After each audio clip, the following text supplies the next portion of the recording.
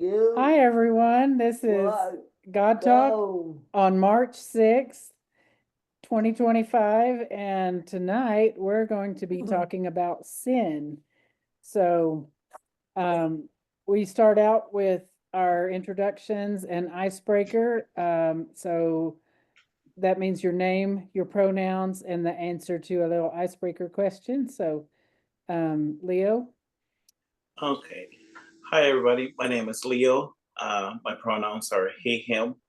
The question is, what are you superstitious about?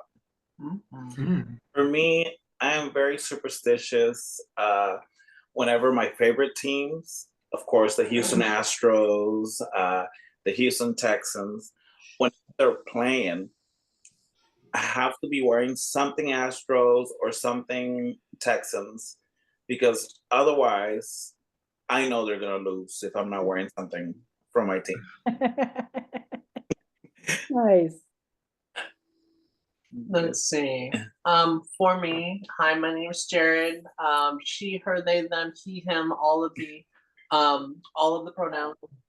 And honestly, I'm actually really superstitious about positions of power, right? Like I automatically, for some reason, I don't know. I think at a young age, it was drilled in me that during this time period, if someone's in a position of power, right, where they're over people, they're bad at their job. Like they're just immediately like, no, it doesn't mean like and it's like an illogical, like it's a knee-jerk type reaction. I haven't even met the person. I have an excellent boss. She's excellent at her job, and yet for some reason today, right, I still have I'm really superstitious about it. And it was weird, but I say that because it's a superstitious thing, because my father taught me that from the Bible, as like one of the things that where it's like in the coming of age, you know, the highest will be the lowest will be the highest, right? And is not that's not a necessarily true reading, but I mean, for some reason it just stuck. I'm here. Okay. Well, mine's kind of from the Bible. Well, not really from the, I don't know. It's more from movies, that especially one that I saw pretty young. What was the name of that? Damien. But I am extremely, okay, I'm Carol, she, her, and I'm extremely superstitious about the number 6. Not to where I'm just completely OCD about it, but like I don't I like with exercise, I don't do 6 reps. It has to be, 8 or 10 or something like that. I don't I just just all kinds of different things. If there's ever a choice, I don't put the microwave on for, 6 seconds, or it's 25, not 26, little things like that. And I don't,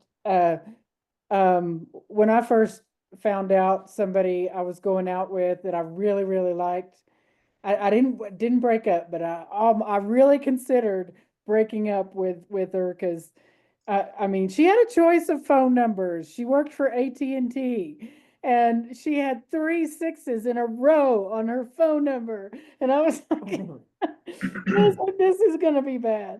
What is wrong with people?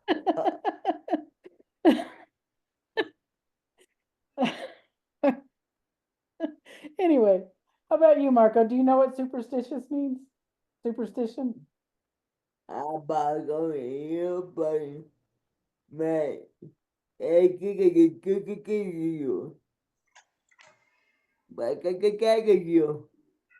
What's a superstition for you?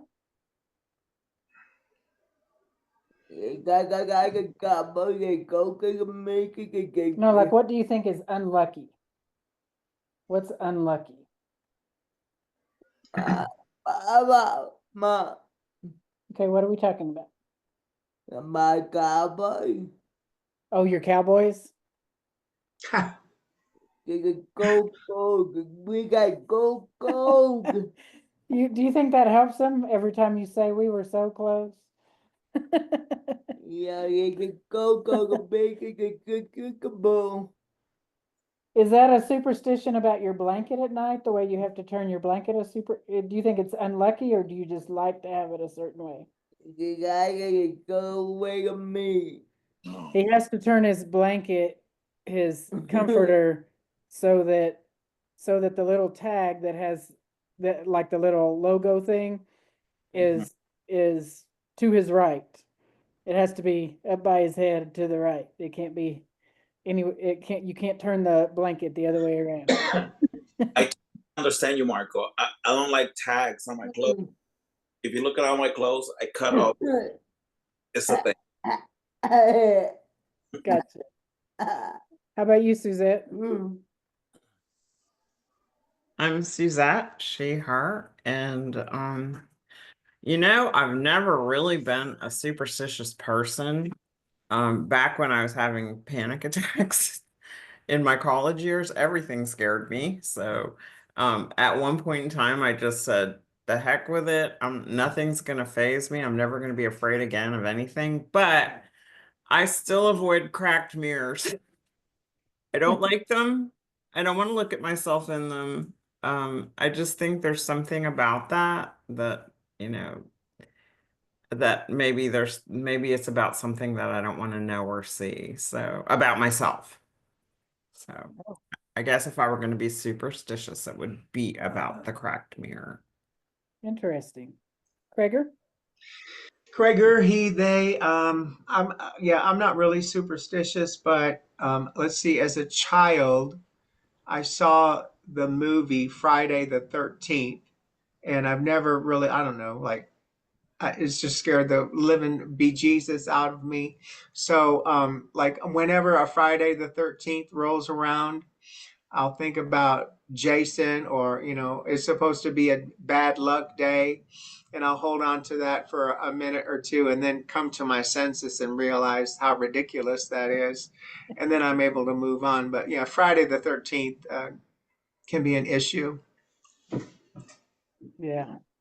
I think sixes, it's ridiculous to be that nervous about sixes, but I still can't shake it. All right, Mona? Yeah, Reverend Mona. I'm not too sure that I'm really that superstitious. I used to understand. I understand what you say about the sixes, but when I see 3 sixes in a row now, I just look at it as a good poker hand. So I look at it as 3 of a kind, and that beats some of the other cards. So you would win. So I look at it as winning. I don't really have anything. I don't want to give it any credence, so I just look at it as a poker hand. So That's a good way to think about it. All right. All right. Well, the topic about sin is a really big one. I mean, it may seem simple and in some terms, but we talked a couple of weeks ago about just about dualism, dichotomies, about like naming things as good and bad, as not being such a great thing. There's lots of problems with it when we live in such a complex world. It's really hard to define everything in those stark terms as just being on one end of a spectrum or other. So sin, in most of our minds, I think we just growing up in this culture, even if you didn't grow up in a conservative church, you still heard ideas about sin being very narrowly defined, sin being as something that an individual does that is bad, that you do something wrong, and that is what sin means, and that's kind of all it means. And sin, if you if you do enough sins, and they and we have different it's another discussion to talk about heaven or hell, but the idea of sin and punishment is intimately related in our culture. And so there are, I just, well, I guess I'll let y'all start. And I won't try to put any ideas in front of that. So, what are some other ways that we could think about sin? If we want to, I mean, even if you don't really think in terms of sin and salvation in the same way that the conservative, you know, I don't know, just what, when you hear the word sin, what comes to mind?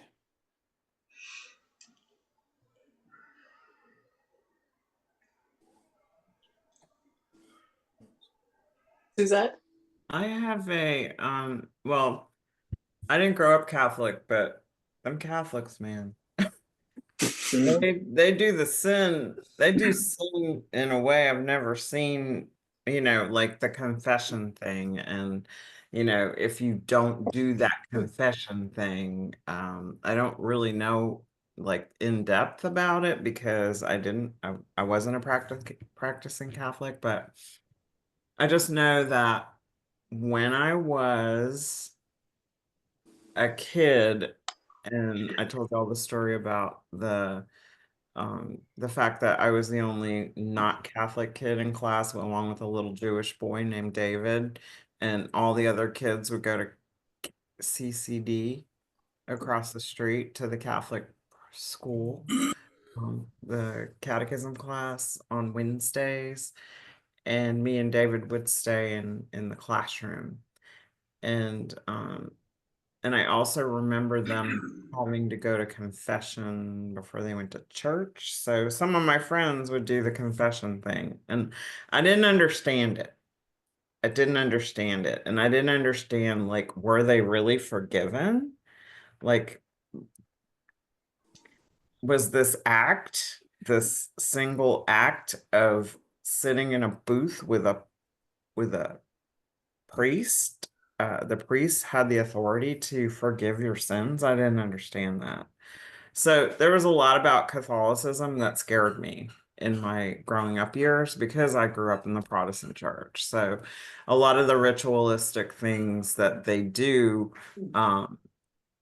it wasn't even that I just didn't understand them, but like my normal common senseness of my brain just said it, none of it made sense. So while it's a discussion for another day, I'm sure, my little brain at that age of my life just questioned it and said, I don't get this, I don't understand it.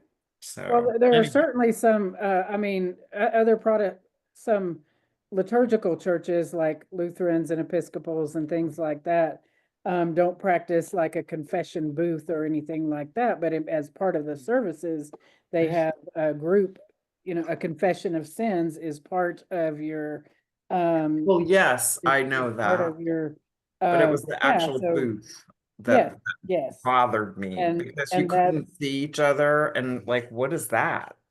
What was the purpose of not being able to see each other? Because really, the priest probably really knew who was in there, right? So, and maybe it kind of depends on, like if you went to confession in another town or something. do you have to do confession every week as a Catholic? Do you have to, I mean, what are the rules? Like, if you don't do confession, you don't get to go to church or you don't get to do communion. I mean, what is the prerequisite of confession? I mean, what is it a prerequisite of? In order for you to be able to take communion, you have to go to confession. Yep. And there's not a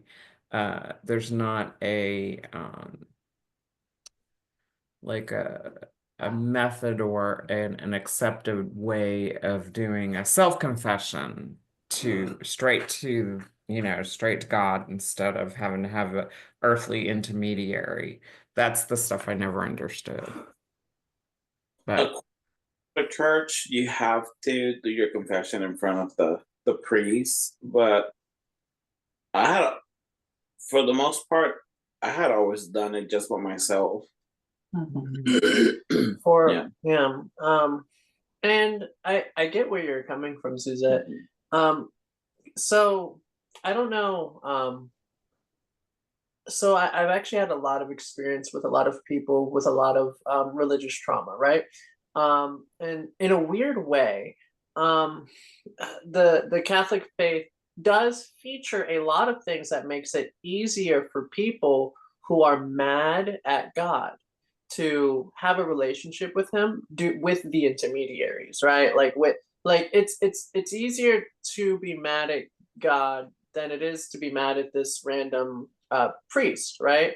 If you don't have like a complicated relationship with priests, right? I've seen, like, for instance, there are some people who, I don't know what your spiritual system is on this issue, but who have gone through possessions, have gone through like actual like demonic entity based behaviors, dark spirits, you know, like that sort of stuff, right? And in that path to recovery, a relationship with God is hard because of the huge contrast between the type of, you know, vibe that they're used to, right? And, you know, Heavenly Father, right, you know, like the most highest high, right? And so from you know, from my experience, it was easier for them to kind of like bridge that gap with someone who is holy, is good, but isn't God, right? And in a lot of ways, a jarring. It's the exact reason why some people who are sensitive to these sort of stimuluses, experiences, etc., wear veils whenever they go to normal church services, because it's like all that divinity all in one place is overwhelming, right? Overwhelming. But a priest, you know, a father, a reverend, you know, somebody who is the bridge. That's a little bit, it's easier to look at the bridge than it is. They're not sinless. I mean, Yeah. are we supposed to accept that as the reality of who they are? Is this person a sinless person? And knowing that, you know, who Jesus was and professed to be, I'm a, you know, as a human man, knowledgeable of his own personal sin. Sometimes that's overwhelming too, like a perfect being, right? Like the expectations that might be like, I gotta be like that, right? You mean right? Like I do drugs all the time, right? Like that idea of because I do all these stuff, all these bad things, I'm therefore not worthy, is harder for some people I've seen to get to than a dude who's actually not sinless, right? A reverend who's actually not sinless. But and like that sort of authenticity was why Christ made the disciples just a bunch of sinners, right? Just a bunch of people. Like, I just love the Jesus story, you know, and that's just what I'm gonna go with.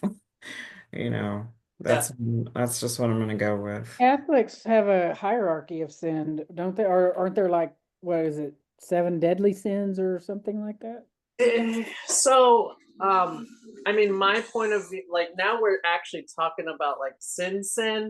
My perspective on their system, so it's kind of where, like, if you read the saints writings and stuff, it's kind of meant to be a system that a lot of people that's supposed to sort of work towards the aims of identifying barriers between you and God, right?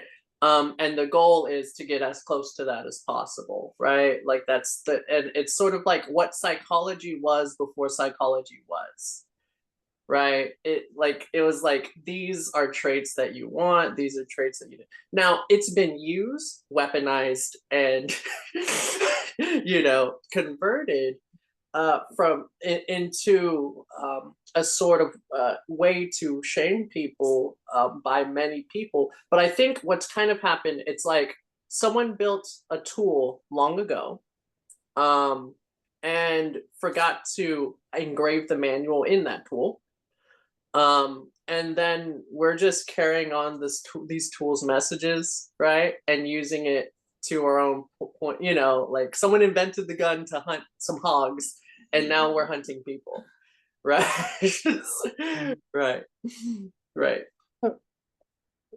Okay, so we've kind of talked about the Catholic perspective, and I think we're all pretty familiar with the fundamentalist ideas about sin, and certainly they really like to focus on sexual sins.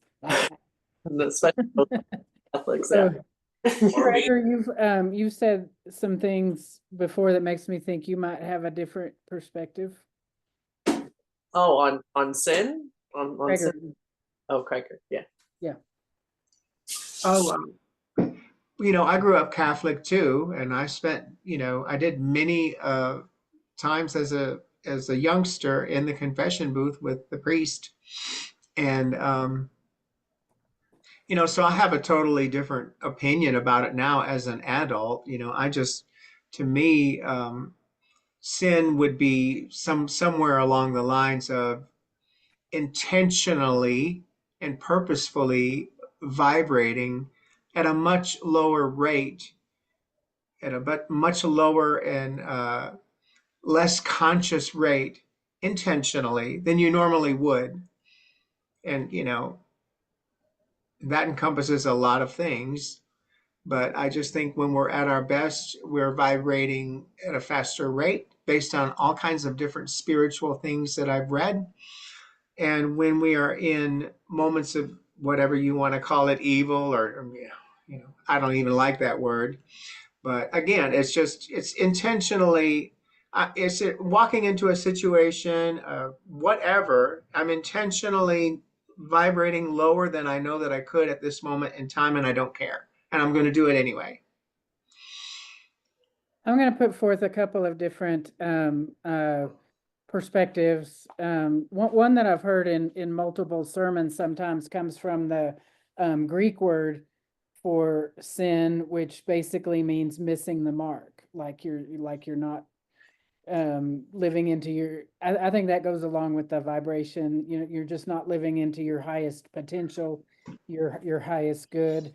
But I think there's also a way to think about it less.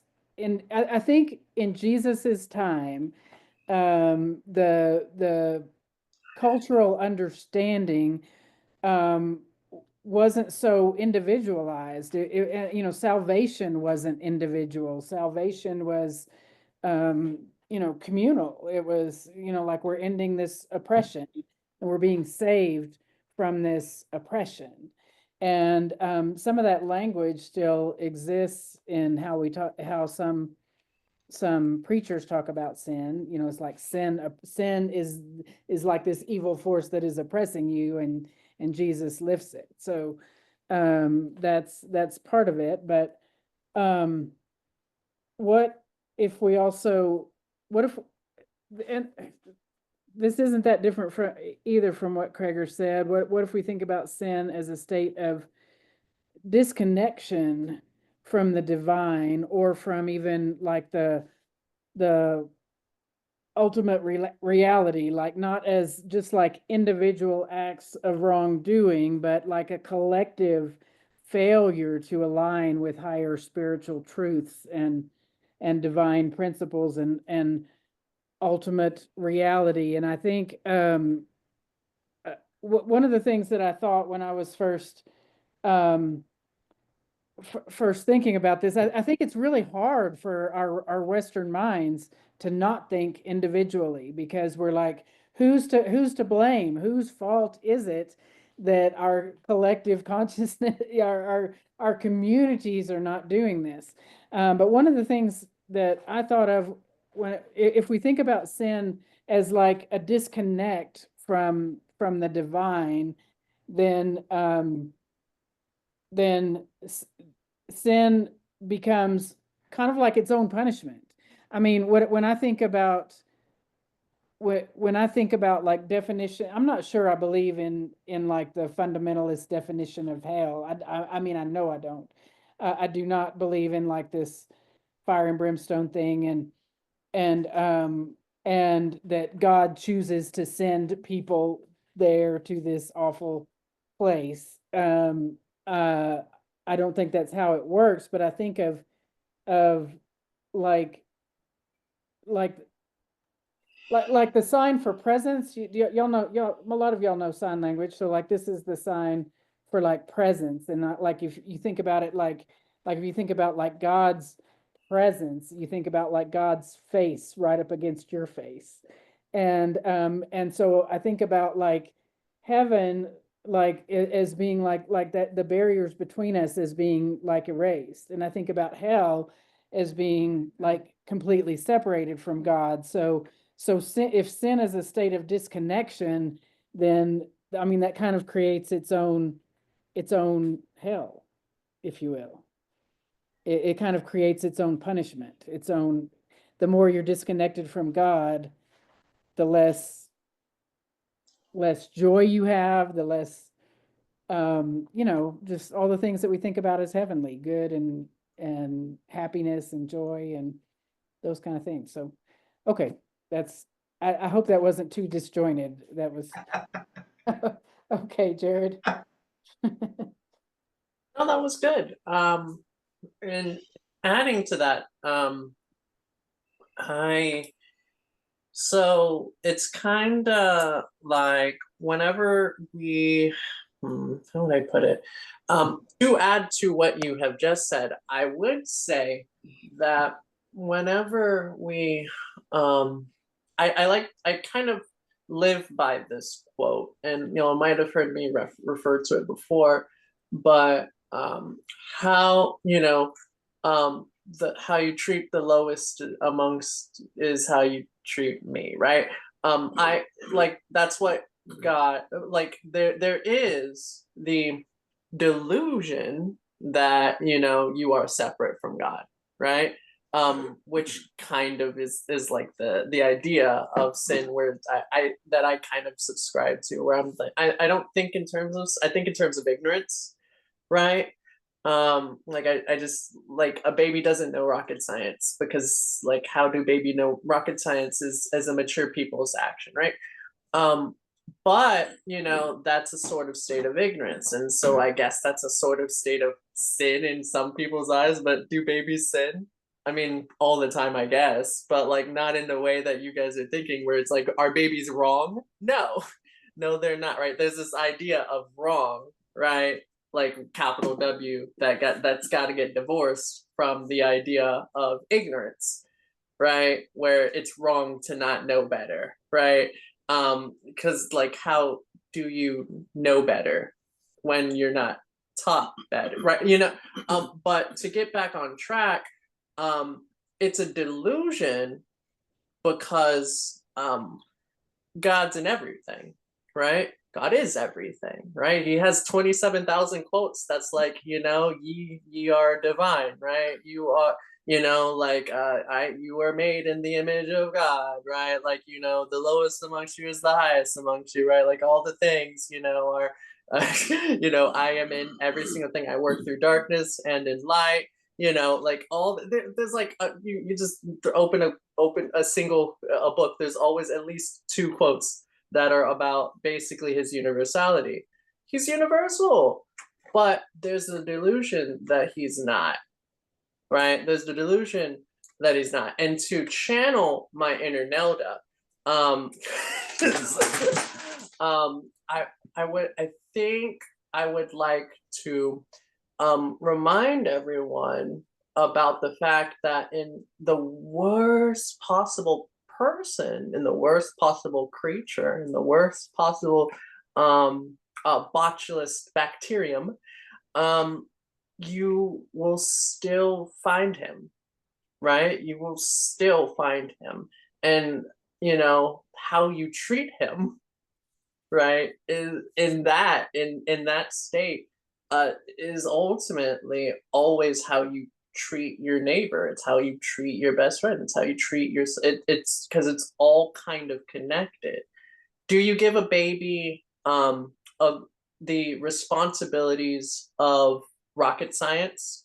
where you sit him down and say, here's your rocket science, time to figure it out. No, he's going to explode places. No, of course not, right? But when that baby grows old enough to handle that responsibilities, do you give them those yes, you do, right? You treat people as they are while still kind of like recognizing, right, where, like, okay, they're still awesome, they're still divine, that's still amazing, they're just in this current phase, right?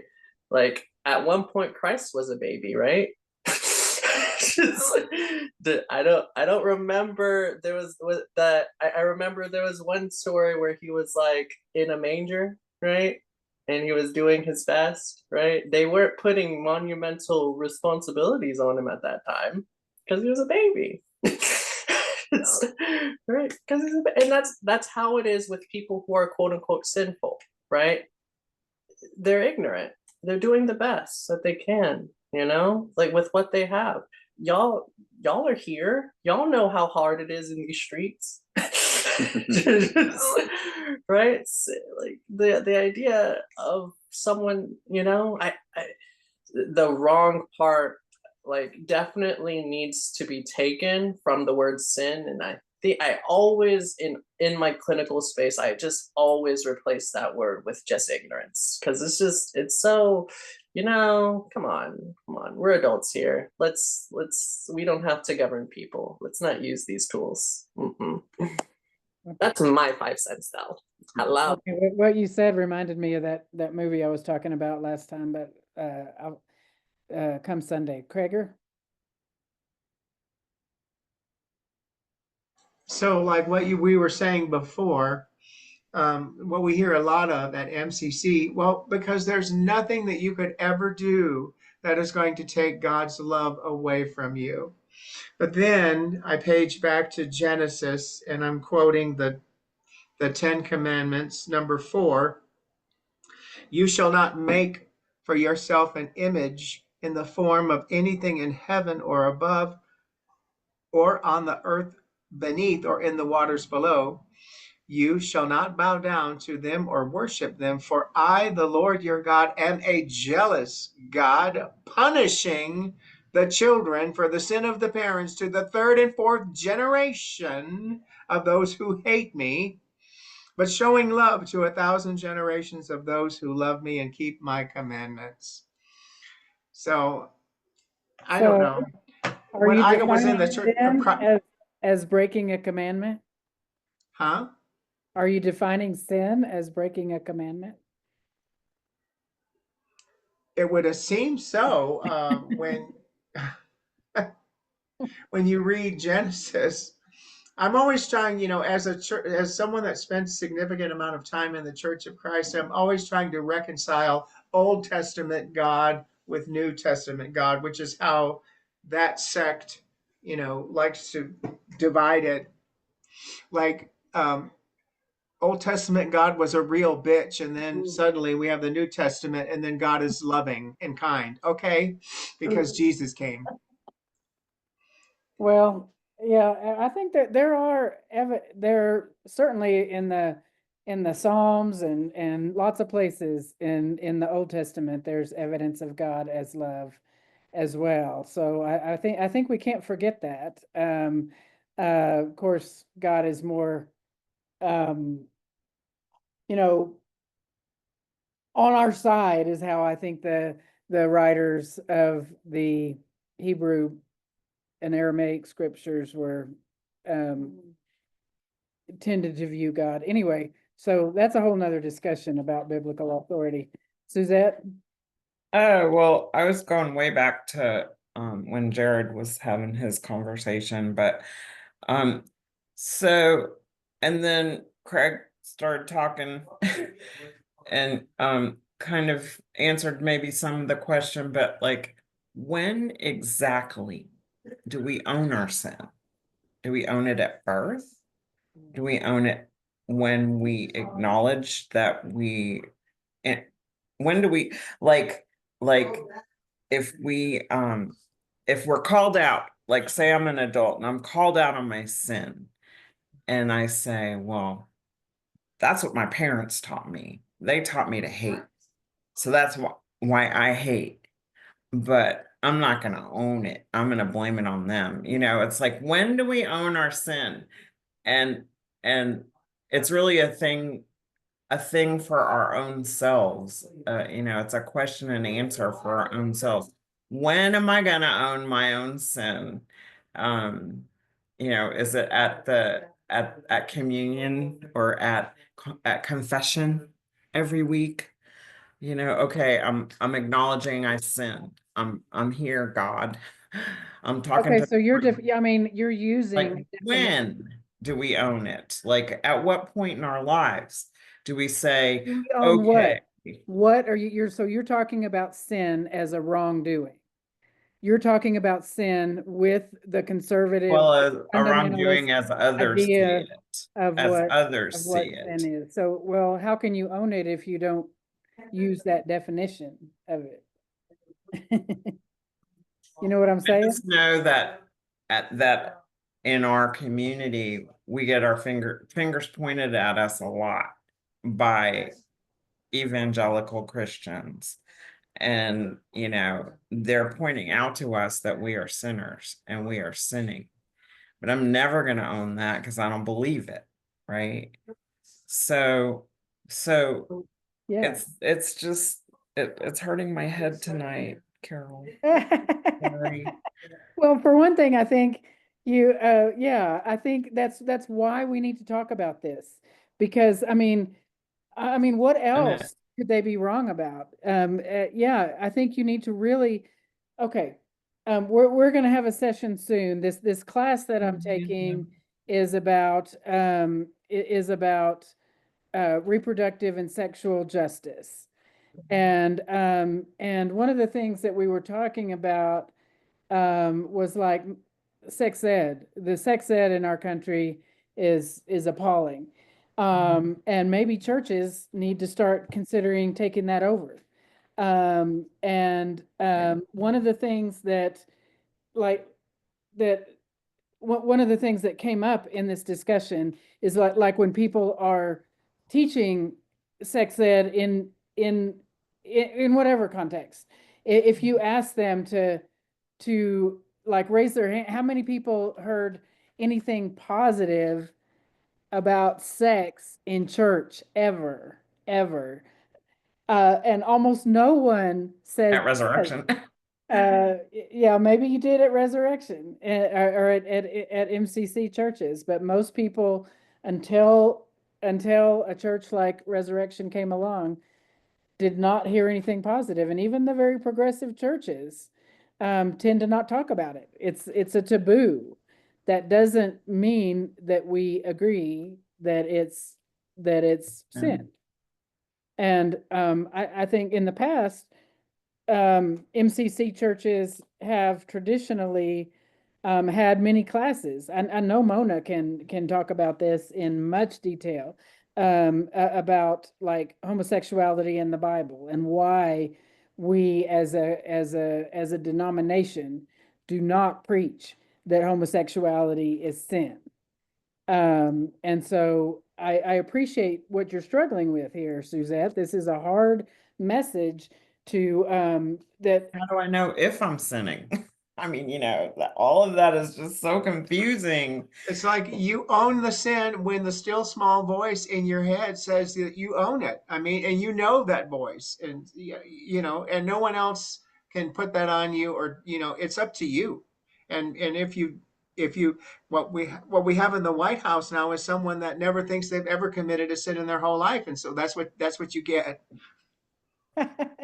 Well, well then, yeah, It's frightening. but I think Suzette's has a whole different inner voice, a whole different what some people might When is it my conscience. turn? You know, when as a human do I say, oh, wait, this might be a sin?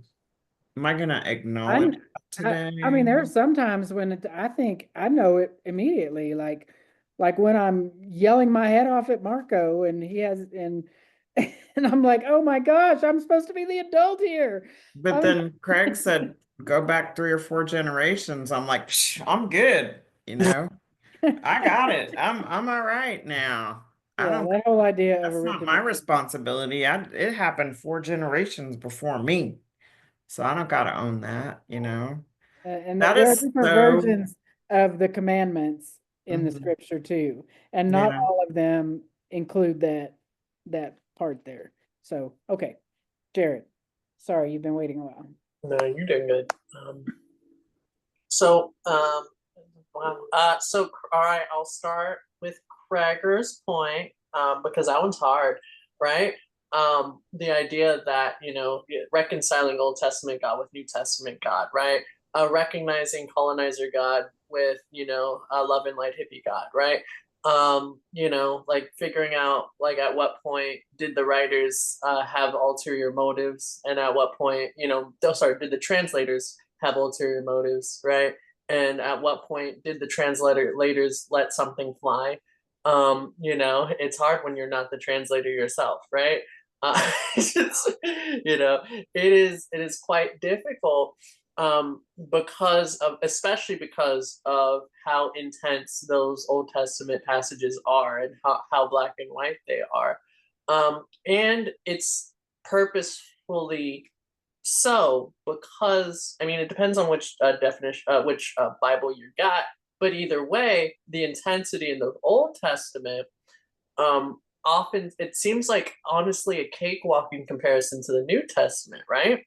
Where it's like it's sort of like a description of, like, the process of getting to where we are, quote unquote, right?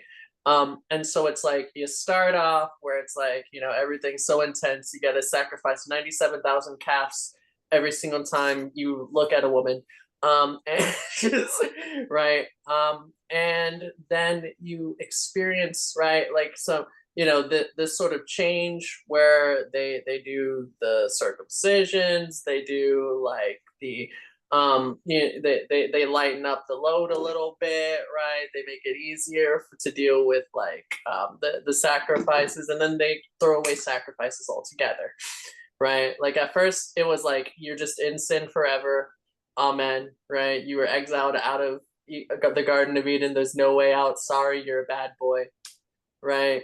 Can't do it. Then there was the calves, and the sacrifices, and now Jesus Christ, right? It's like steps, right? Where An understanding, I think. where those old ways, they sort of remind you of the stakes, because it was that bad, right? And I mean, was that bad, where it was like no one felt like they could do anything, etc., right? And of course there was ulterior motives. Of course, like, you have a document like that makes people use to, all the things, all the propaganda. But when you get closer towards the New Testament, it's like a weight is literally lifted off of you, right? It's like, no longer do I have to keep a check balance for everything that I do, right? No long, and so it's more like the Bible is a book written by magicians, and so you really have to come in with that understanding that it's not, it's not an accident that you can read each and every line, in a different way at a different point in your life, and get an entirely new message, right? Like, it's not an accident that the Old Testament greatly contrasts New Testament, and are they even the same God at this point, right? Like, these things, they're written on purpose, but like, I could input my perspective on that, but please look into what you think those ulterior motives might be, because that's a hard adventure. Suzette, you were describing the idea that, okay, so when you have this sort of gray area when it comes to sin, right? Where it's like, you never really know, right? because like what is just some sort of person's ulterior motive versus what is like genuinely am I in the wrong? Like, when do I actually know? I don't actually have a codified book that tells me, because the Old Testament says this, the New Testament says that, right? And it's complicated, right? So when you when you said the words, I'll just blame it all on my parents and then that'll be it, right? That's good, because I think with that line of reasoning, you can kind of sort of figure things out. Because why stop there, right? Why not figure out what created your parents, right? Why not figure out what created them? Why not figure out what created them? Why not figure out what created them, right? So that this is where we get into more, that gets more confusing. Yeah, because like in the universality of everything, right? Where does the blame rest? Yep. If everyone is divine, if everyone has a piece of this divinity within them, right? If we are all one, then who do I blame? How about no one? How about no one? Right? Yeah. And if you go from a liberation theology perspective, well, mom, dad were created by parents, but what systems created them, right? What systems actually raised them, right? Are they white supremacists, right? Are they, like, do they glorify the dollar, right? Do they have a specific political agenda, right? So that's why I'm getting at more along the lines of, I decide when I have to be the ultimate buck stops here, right? I don't get to blame it on anyone, but I do have the You opportunity. also don't need to blame yourself. Right, but I do have the You're opportunity not blaming others. to be You don't have to blame completely yourself. forgiven. But I'm not thinking of it as a blame thing either. I think I'm thinking of it as an acceptance of what my behavior represents, Right. But in the continuation, I think it's also important to actually blame things that you can do something about, right? Like, for instance, like to me, that's a sin. The blaming the other is the whole sin in itself. Well, hold on, because whenever you have a people that have been oppressed and that have been, harmed and raised and created, and you don't do a single thing to change those things that kind of raise them into who they are, right? Like, we're not talking about like, I need to find my grandparents and a time machine, right? And like kick them in the shin or something, right? Give them a manual on good parenting, right? We're talking like, when in the present tense, when you know that those same systems are kind of there, raising more people like our parents, right? What can you do? What can you do, right? You can feel that anger, but point it in a good direction, right? That anger has a role. And honestly, it's blaming ourselves and taking full accountability for every little thing that happens to us that's kind of got us all paralyzed when a sociopath takes its place into office, right? We just think, how did I do this? And we don't think, you shouldn't exist. Why are you breathing? Why were you allowed outside of your house, right? Like, what with these views? Just saying these things about women, right? Your anger, I think, has a place. And you could point it at yourself and feel so bad. Or you could join a protest. Or you could, work to change something that actually needs to change, right? You could try to invest yourself in doing something about the systems that made our parents the way they are, so that you don't have to be the person that you need to to be in order to navigate these corrupt systems, I right? like that answer.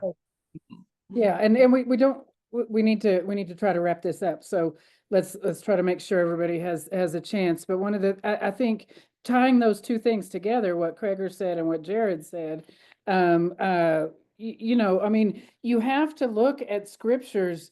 You have to look at what the context that created these scriptures, and then but you also have to look at your own social location and how you're reading, what you're reading into it, and how you look at God and how you look at things, concepts like sin. It matters. It matters.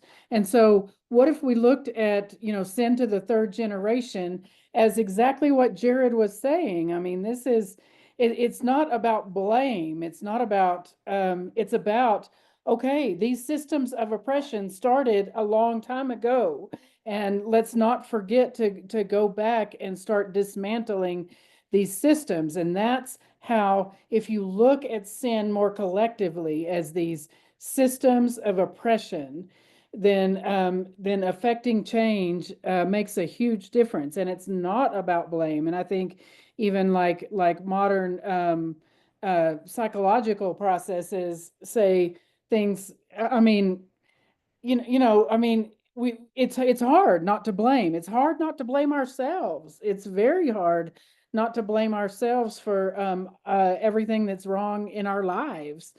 But that's not the teaching, and that's not what I think a God of love would say. And I think some of those Deuteronomic laws, the laws from Deuteronomy, say you know, in the commandments and in all those rules about sacrifices, and you know, and all those picayune little things like not wearing blended fabrics, and you know, all those little things, they put it all pretty equal. You know, it's just a whole different concept about what sin is. But Jesus comes in and says what's most important: love God, love your neighbor. And Jesus presents, I think in those, when we look at the beginning of the Hebrew scriptures, and people are very like, oh, who is God? God must be punishing us, and they're all influenced by all these really cruel ideas about God in all the cultures around them. And then, you know, and God keeps coming in, and you know, and says things like, I don't want your sacrifices. I want you to love mercy and live humbly, and you know, those kind of things. And then he's like, fine, I'll show you what I mean. I'll send I'll send Jesus, and Jesus is you know, and that's kind of the arc that I see of how it's going, and just trying to show us that God is love, and the closer that we can allow that to live through us, then that's how we follow Christ. And I want to try not to use the word sin in as much as possible. I want to try to change the way that I was taught to think about that, and just remember that God is love, and God holds us in love. And it's not that we can't do anything wrong. That's not what I mean. It's just that I think we have to we have to just try to rebuild that connection, that get rid of that illusion that we're disconnected, and try to rebuild all those connections. That's my thoughts. Mona, did you want to add anything before we wrap this up? Really? I had somebody define sin as being self-imposed nonsense. So I just stay with that. I like that. I like that. Okay. All right, Kreger, you want to close this out? Yes, certainly.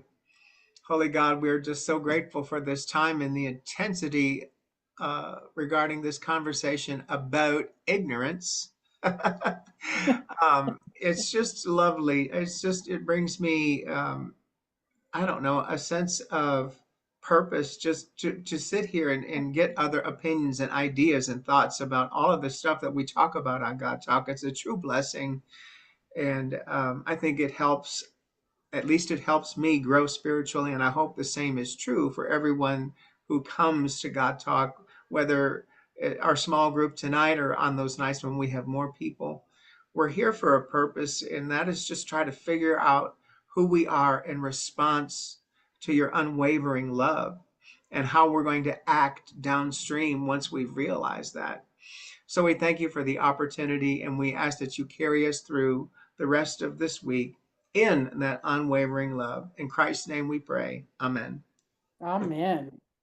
Bye, bye, everybody. You Bye, guys. Love Martha. y'all. This was Bye, bye, Yeah. everybody. So everybody, Bye bye. stay confused. Bye. Bye bye. Bye bye. Goodbye. You get killed.